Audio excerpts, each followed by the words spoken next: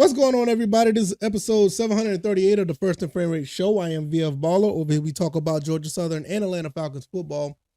And I'm at a loss, man. I'm not gonna lie to you. This press conference, I listened to it from front to back, and I've got nothing out of this press conference. I don't know what this team is doing. I don't know where they're going.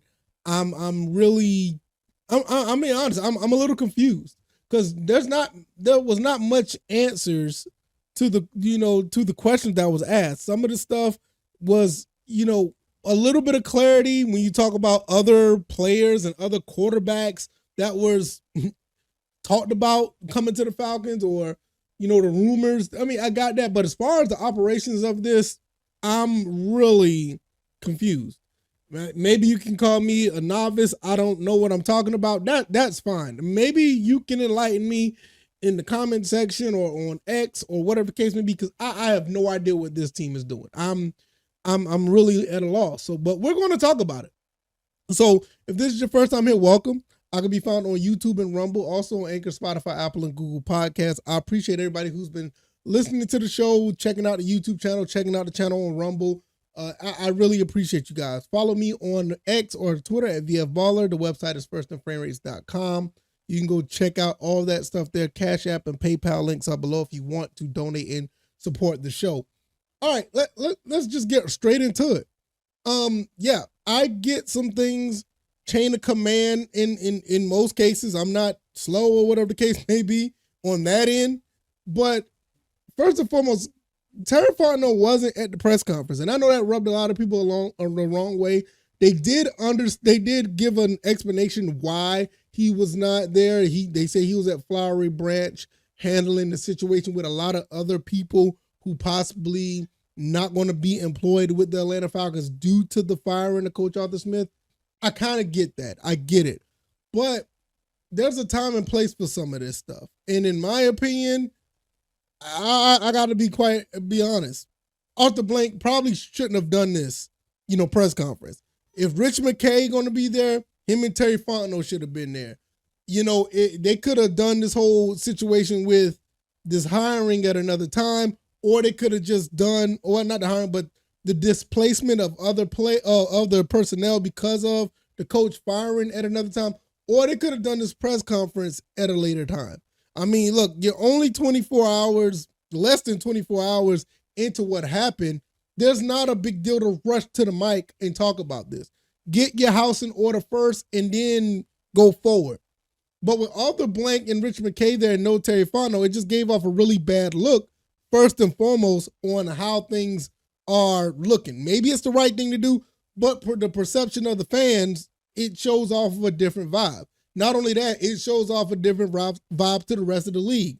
It can show off vibes to head coaches or other coordinators or other players that may want to come here. Because it looks like Terry Fontenot does not have much of a say. We saw the tweet about the input thing that I talked about on a video on YouTube. It just says they said he just has input, but they talked about this over and over again, saying that, he's important, he's going to have a big say in it. He had a big say in Coach Arthur Smith hiring and all this stuff. I'm not saying that it's true or not. I don't know what to believe. I just don't, because I'm walking away from this like, what in the world is going on here? Rich McKay's been here since 2002 or 2003. I don't know how long he's been here, but I know it's been over 20 years. But it seemed like that format of what they got going on with Blank, McKay, and everything else under them, it just seemed like it's starting to run its course. And it seemed like it's not going to get any better.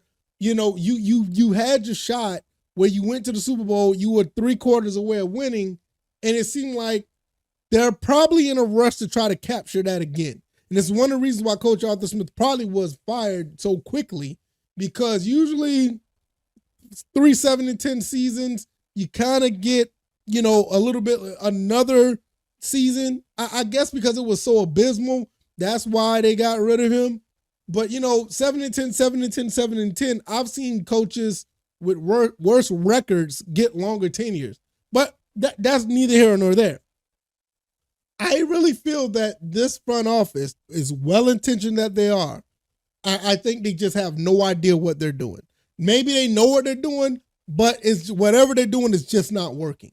It's not. You don't have the GM, like even with Thomas Dimitrov, they kind of said that this was the format they've been doing the entire time. Yeah, you had some good seasons, the Mike Smith era. Dan Quinn went to Super Bowl, but you really think about it, this is two. I think they had 2 winning seasons out of 11 years or something like that. I think there's at some point you're probably going to have to look at the situation and be like, all right, we may need a different set of eyes on this. We may need a different vision, because what they're doing, like I said, well-intentioned. I don't think they mean no harm. I just think Arthur Blank may need to separate himself from Rich McKay at this point. Find somebody else in there. And I don't think it may not. I don't think it'll happen. I think these are the two guys that you're seeing right here on my screen. This is going to run the show until the team is sold completely. It's just what it is, and it's really a force. You're really seeing the foresight. You're seeing ahead on what this team is going to be down the road. And to me, I'm looking at not even worrying about if there's a coach involved. Even if there's a coach that they pick up, you kind of see where it's going to be, because these guys here have a format that I'm not saying is set up to fail. I think it's a format that worked just enough to be mediocre. Yeah, and I firmly believe that Terry Fontenot should be leading this. Terry Fontenot should be leading to get the coach that he wants. I wonder if Terry Fontenot was the guy to get Ryan Nielsen here. That is the defensive coordinator, right? I wonder if that's the case, because nobody wants to take accountability of anything.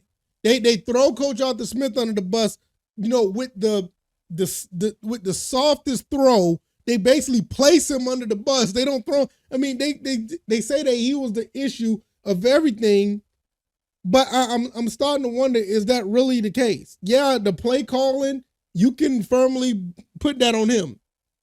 And I think the play calling probably destroyed anything you had of Desmond Ridder, because I don't think Desmond Ridder was a bad quarterback. I think he's just not the guy we thought we were.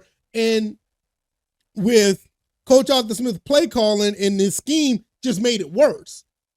So I think these guys are just whiffing on coaches.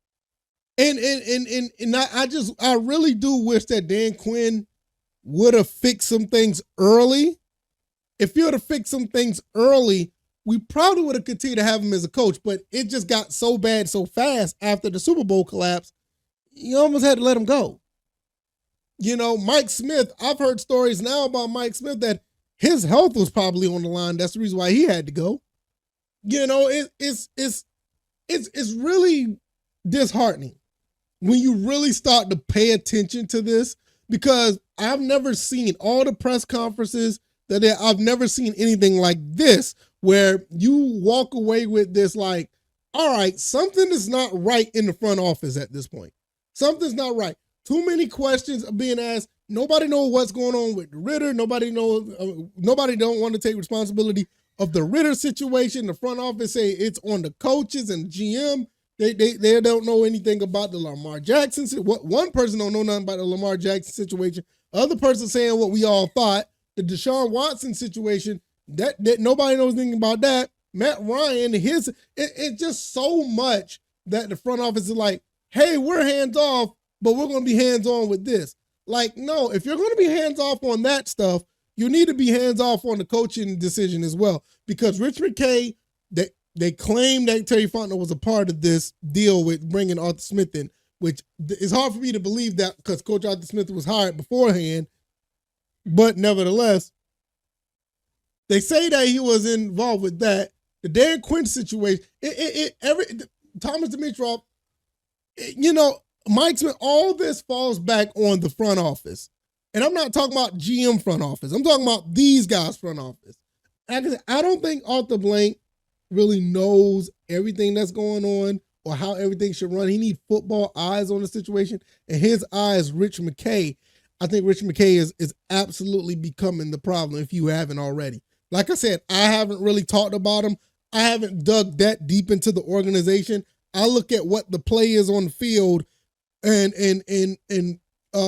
basically line it up with what the coach and the GM mostly do together. I try to keep it within that realm. The front office is basically hands off. I would think that, but it seems like this front office is a little bit more hands on in the wrong way. I think they're more hands on where they're dibbling and dabbling in certain aspects that the GM should be doing. I don't think this should be as collective as they're making it out to be. I think Rich McKay and Arthur Blank need to fall back. Let Terry Fontenot do his thing. Terry Fontenot should have been at this press conference. And it's really bad that you're looking at the reason why the Falcons are the way they are. You're seeing this. I'm not even getting into the coaching, who should be the coach at this point. I'm not even going to get into that yet.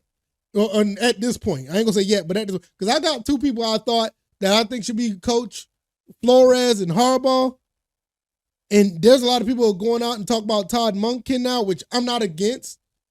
But it's just, now I'm looking at it like, I don't even think these guys are even on the same stratosphere as the fans, which should they be? I mean, they're the experts, right?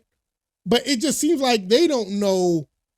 I ain't going to say they don't know. I think what they know is just not lining up with what this team needs. And I think at the end of the day, I think that's the real problem. It's really unfortunate, but it just seems like that's what we're dealing with right now. You know, I don't know what to think about that. It's just really, it's just disappointing at the end of the day. You know, it really is. So I'm going to get up out of here on that note. I just don't know what to think. If y'all got any questions, answers, or whatever the case may be, let me know, because I don't know what this front office is doing at this point. I am really baffled. I really am. I'm lost. If you like this comment, hit the like button, share this podcast, subscribe to the channel if you haven't already. Let me know what you guys think. What did you get out of the press conference? I don't know. I didn't get much of anything. I really didn't. I'm lost. I really am. Nobody has answers to the questions that was asked. Nobody has solutions to what's going on. I think McKay and Blank, they have good intentions, but I think their philosophy is just not working. I just think so. I think Terry Fontenot needs to be in the forefront of this, and whatever they have to say about it, they should at least, advise him or just let him do his job. Because it just seems like it's not happening. It just seems really weird. I can be found on YouTube and Rumble, also Anchor, Spotify, Apple, Google Podcasts. Google Podcasts is going to be changing very soon. I can be found on X or Twitter at VFBaller, and the website is firstandframerace.com. I'm going to get up out of here. I will see y'all on the next one. Y'all take it easy. And, if y'all want to donate, CashApp, PayPal, links are below. So I'll see you guys on the next one. Enjoy the rest of your Monday. Y'all take it easy and y'all be blessed. Peace.